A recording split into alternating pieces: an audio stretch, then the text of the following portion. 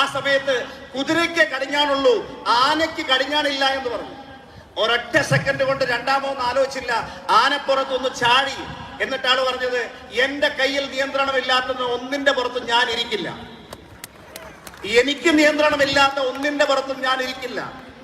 ലോകത്തിന്റെ 1/3 സ്വന്തം കൊടിക്കീഴിലാക്കിയ അലക്സാണ്ടർ ചക്രവർത്തി ജീവിച്ചത് വെറും 35 വർഷത്തിൽ താഴെ മാത്രമാണ്.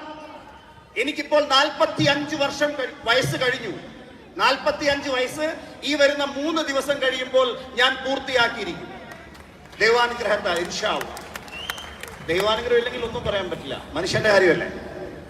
ഞാൻ പറഞ്ഞു വരുന്നത്, ഒരേ മനസ്സോടുകൂടി 5 പേർ ഒരു സ്ഥലത്തിരിക്കുന്നുണ്ടെങ്കിൽ അവിടെ പുതുചരിത്രം പിറക്കും എന്നാണ് പറയുന്നത്.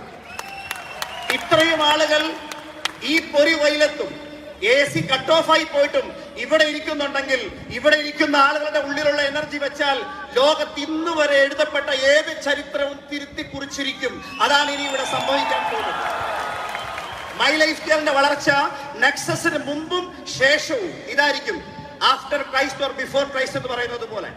ഞാൻ എന്താണ് സംസാരിക്കാൻ ഉദ്ദേശിക്കുന്നത് വെച്ച് കഴിഞ്ഞാൽ, സർവശക്തനായ ദൈവത്തിന്റെ അതേ ചൈതന്യം എന്റെയും നിങ്ങളുടെയും ഉള്ളിലുള്ളിടത്തോളം കാലം, പുരാണങ്ങളിൽ പറഞ്ഞതുപോലെ അഹം ബ്രഹ്മാസ്മിൻ, എന്റെ ഉള്ളിലാണ് ബ്രഹ്മം വസിക്കുന്നത് എന്ന് ഞാനും നിങ്ങളും വിശ്വസിക്കുന്നുണ്ടെങ്കിൽ, ആ ഈശ്വരന്റെ കഴിവിൽ നിങ്ങൾ വിശ്വസിക്കുന്നുണ്ടെങ്കിൽ, നമ്മൾ എന്തു മനസ്സിൽ വിചാരിച്ചാലും ആ വിചാരം പോലും ദൈവം തന്നത് അത് നേടാനുള്ള മുഴുവൻ കഴിവുകളും നമ്മുടെ ഉള്ളിലേക്ക് ഇട്ടു തന്നതിന് ശേഷം മാത്രമാണ്.